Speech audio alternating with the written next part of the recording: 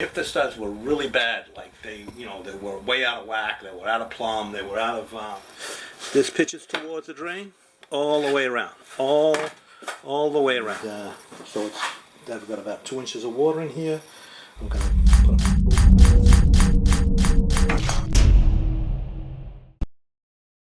Okay, so in this video I want to talk about waterproofing and prep work. What impact can they have on your tile installation? Number one, if you're installing tile in a wet area, you need to have some kind of waterproofing. I basically do seal systems, and I'm going to explain what the difference is between a seal system and a water in, water out system. And the prep work also has to be on point. Look at this shower here. The everything on the walls is flat, plumb. Sometimes you can't get square because it'd be a huge problem to get it to be perfectly square, but you want to have at the very least plumb and flat.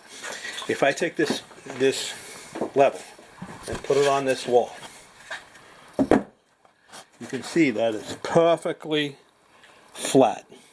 If I put it on this wall, you can see it's perfectly flat. If I put it on this one, same thing, all the way around. If I get this level and I put it on the corner, you're going to see it's perfectly plumb. Same on the other side. So if you get your prep work right to begin with, it's going to be a lot easier to install your tile afterwards. Now this is going to have large format tile on it. These are 10 by 20, and it's got like a little undulation to it. I don't know if you can see it. It's not perfectly flat. Maybe you can see it there. So that's a wall tile that's going on these walls. There's going to be a niche over here in this corner here, bench seat, and here's the curb.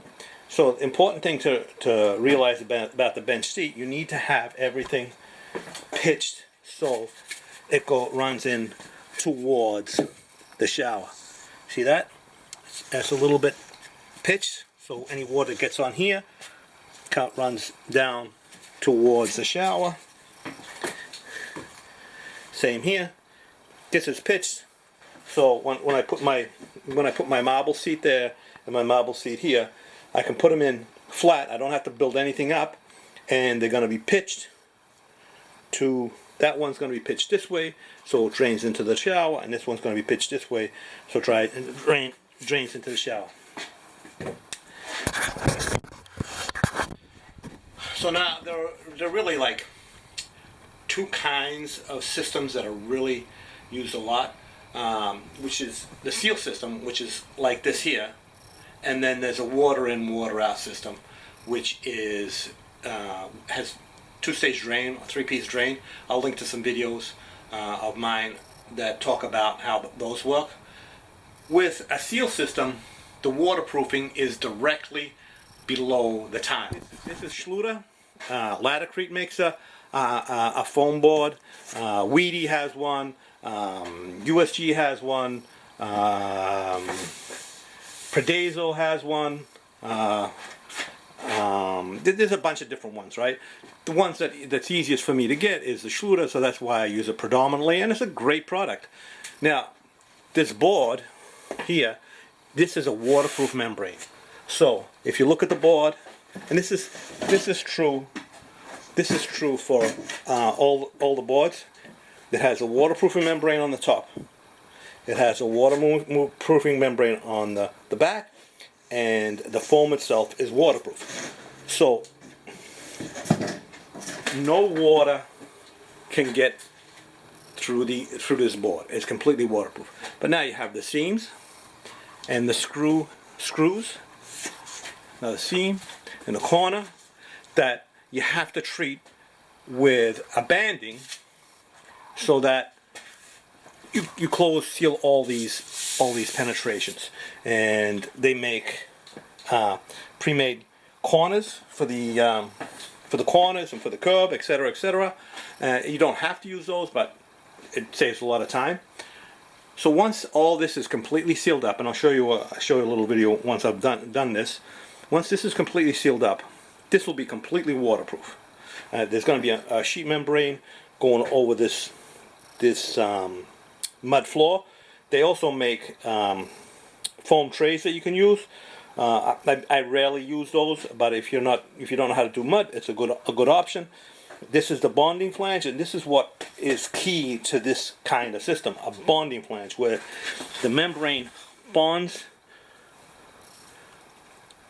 to the flange and makes it completely waterproof. And then the drain goes installed while you're putting the tile in. So this will have a sheet membrane on it, and everything will be completely sealed up. If you're not using a seal system, which is my preferred system, you can do a water in, water out system. And the water in, water out system, like I said, it's got a vinyl liner. You need to put the pre-slope in. There's a pre-slope. Pre-slope doesn't have to be a mud. They make foam trays. I'll link to those also in the description. Or as long as the floor under the liner is pitched, it's good. Then you put the vinyl liner in, and which is attached to the drain via a locking ring, and then the drain screws it on top. So that's a water in, water out system. And basically you can use the foam board if you want, but most people that are going to use do a traditional type of shower system, they're going to use Durock. Now Durock is water safe, and Durock, Wonderboard, Laticrete, bunch of other ones, those are all true cement boards, and they're completely water safe. Not waterproof, but water safe. Hardie backer board is a fiber cement board. At the transition from the wall to the mud, you treat that differently. I'm not going to go into that, but just be careful when you're installing cement board or a Hardie backer board type material, or a fiber cement board type of material. You want to make sure you follow the directions on how to transition from the wall to the mud. So once you've got your if you're doing a cement board shower, once you got your cement board up, you're gonna have your cement board, and then you want to make sure that you waterproof that. There's a couple of ways of doing it. If you don't want to apply a topical waterproofing membrane on your cement board, you have to have a vapor barrier behind it. The vapor barrier has to be behind the board, and it has to overlap over the vinyl liner. So if any water gets behind, and it will, the water will go down the vinyl line, the vapor barrier, and go back into the mud floor. The mud floor. The reason why it's called a water in, water out is because it has the drain. It's a two-stage drain. In other words, the water percolates through the mud, goes down to the liner, and because of the pre-slope, the water is directed to the drain. At the drain, there are weep holes that allow the water to go out and into the drain.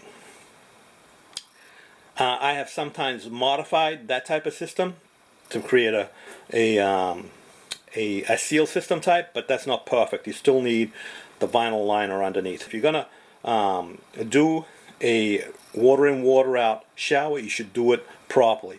In a water in, water out shower, the curb should not be penetrated, because the vinyl line is going to go up and over the curb, and if you attach your Durock to that, or your cement board to that, you're going to penetrate the liner, putting holes in the liner. There's actually a couple of ways of doing that. You can get a preform curb, which you just preform curb. Vinyl liner goes over into the shower, and you cement this on top like that, and your curb is made without putting any holes in the liner, which you just goes right over it, and you don't have to, you just cement it on, and you don't have to put any holes through the liner. Or you can do like a mud curb and make it out of mud. So it's very important to know what you're doing. Going back to the waterproofing, if you waterproof the shower, if you've got Durock or a cement board of some kind, you want to waterproof that. If you're not putting the vapor barrier behind, which is probably, in my opinion, the least functional of everything, because you're putting your board up, you're putting holes through the liner. I mean, through the vapor barrier when you're putting the board up, because you have to screw it in or nail it in. You're gonna, you have to be careful not to tear it. So it's a system that you can use, but I wouldn't recommend it. I would say put a topical waterproofing membrane over the cement board. If you don't want to use it, you could also put a sheet membrane over it. Schluter has, and Laticrete have, they all have, Hardie has sheet membranes that you can apply over your substrate to make it waterproof. Before you start, like on this shower here, the studs were actually pretty good. I only had a couple of spots that I had to shim them out to get a flat. This stud here was a little lower, so I needed to shim that out a little bit to so when I put it on, everything will be plain. You want to put your level across the studs. You want to put your level across the studs so that wherever the studs are, when you put your level across it, all the studs touch it. If all the studs are touching, then it's flat. When I did that, this stud here was about a 1/4 inch down, and I didn't have to, because they were all pretty good except for one. I just shimmed that one out with some ram board, which is perfectly fine, and then I was able to get this wall perfectly flat. On this stud here, there was like a double stud. One of them was sticking out a little bit, so I got my planer and I just planed it down and got it to where it needed to be. Over here as well, on this wall here, I had to plane down a little bit of that, and that's all the prep I had to do to these walls to get them to be all the studs in line. If they were really bad, which they often are, if the studs were really bad, like they were way out of whack, they were out of plumb, they were out of, they were all in and out, because I use foam board, I would have just wet shimmed them, as I often do. I'll put a link in the description to that as well. Wet shimming is basically you add a bead of thin set to the stud, all the studs, you put your board on, you tap it into place and get a flat, level, and plumb. You can't do that with cement board. With cement board you have to shim. So that's another reason why I like the foam board. Now the foam board also is, you put it up and you basically waterproof except for penetrations and seams. If you're doing a cement board, and I would recommend, if you are doing the cement board, make sure that you waterproof it. Water will get into the board. There's no doubt about it. A lot of people say, well, the water, the tile's waterproof. The tile is not waterproof. The tile itself might be waterproof, but all the cracks and crevices and the grout lines and in the corners and everywhere, water always gets behind. So that's why you need to be waterproof. So next step for me is to waterproof, to seal all this up with the banding, which I've already started to cut some of it. This is a 7-inch for this corner. That's 5-inch. I got a 7-inch piece for down there, just because I wanted to use it up. And then I'm going to put the preformed corners all the way around. Then another thing I'm going to do is flood test it. So what does flood testing mean? I'm going to plug up the hole in the drain, and I'm going to pour a bunch of water in here, so I'm about 1 inch deep, 2 inches deep, and I'm going to let it sit overnight to make sure there are no leaks. With this system, I have never once had a leak in a shower that I flood tested. With the vinyl liner, the same thing. It's a thick vinyl liner. The problem with the vinyl liner that I've had on occasions, what happens is If you've got like really water that's really hard, like it's got a lot of minerals in it, I've seen it accumulate under the locking ring and lifting it and creating a leak at the drain. Most times the vinyl liner, if you do it properly, you're not going to have a problem, but it's a lot more work. This floor here is at the curb is only 2 inches above this other floor, because I got a deep bed and everything pitches. If you, well, I'm at it, right? If you look at this floor, everything pitches towards the drain. Now this pitches towards the drain. This pitches towards the drain. This pitches towards the drain. All the way around. All the way around. And up here pitches to. You want all the water directed to the drain. You want to make sure it's flat underneath. Make sure it's flat so you don't get any bird baths. So it sits nice and flat, because you don't want a dip. So you're coming down from here to the drain. In no part of this distance from here to here do you want the floor to be lower. If the floor is lower, you're going to get water accumulating in that spot and it won't drain properly.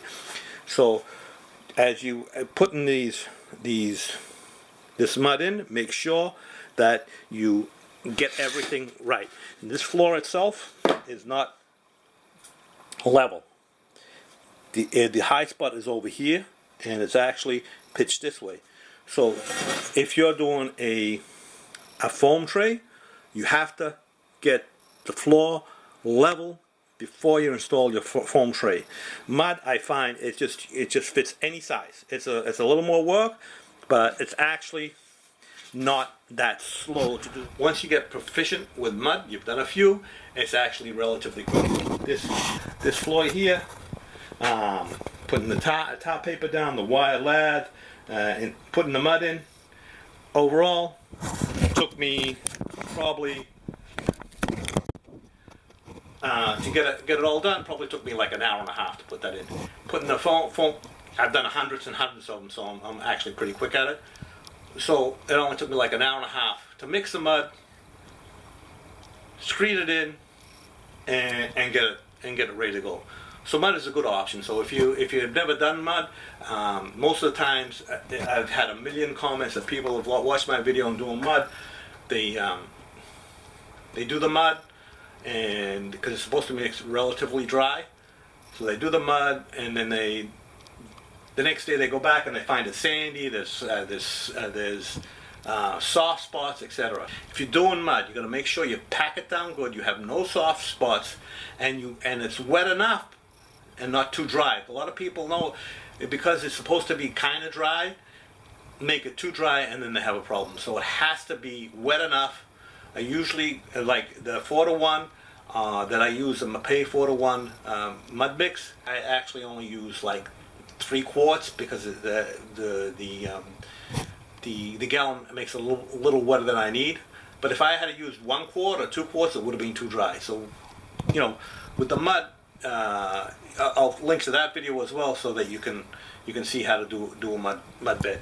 So anyway, just a quick video just to talk about the importance of waterproofing and prep work to make sure that you get everything right and make it easier for you to get the tile on quickly and nicely. Okay, so I got this all waterproofed. Now this shower here is completely waterproof. It's still fresh, so it has to dry overnight. But I could take a shower in here tomorrow and there wouldn't be a leak because it's completely sealed up. All the corners, all the seams, the floor, everything is completely sealed. This shower now is watertight. You put the tile on and you don't have to worry about it leaking. So you already know that it's completely watertight before the tile goes on. So next thing for me is I got a plug in here. I got a plug in here Tomorrow, I'm going to put about 1 inch of water in here, flood test it, let it sit for 24 hours, and then come back and check to see if there are any leaks. I know for a fact there aren't going to be any leaks because I've never had one, but it's always smart to check just to make sure, because you never know what could happen. Okay, so the bathroom's all sealed up, and I installed the curb, the bench seat, and I'm going to have a video on how to do that. They're not difficult to do, but there's a few things you have to keep in mind. And so I've got about 2 inches of water in here. I'm going to put a mark, flood test it, come back tomorrow, and there won't be any leaks, I'm certain of it, but it's always good to check. If this is the first time you see my videos, my name is Sal DeBlasi. I'm a tile contractor in the Boston area, been installing tile for over 35 years. Check out my channel, over 760 videos, pretty much all to do with tile. Leave your comments in the comment section. Check me out on Patreon. If you can support me there, that'd be great. And I'll leave a bunch of links to useful materials that I use that you can get on Amazon if you want to help me out there too. And also, most importantly of all, don't forget to subscribe. Thanks for watching.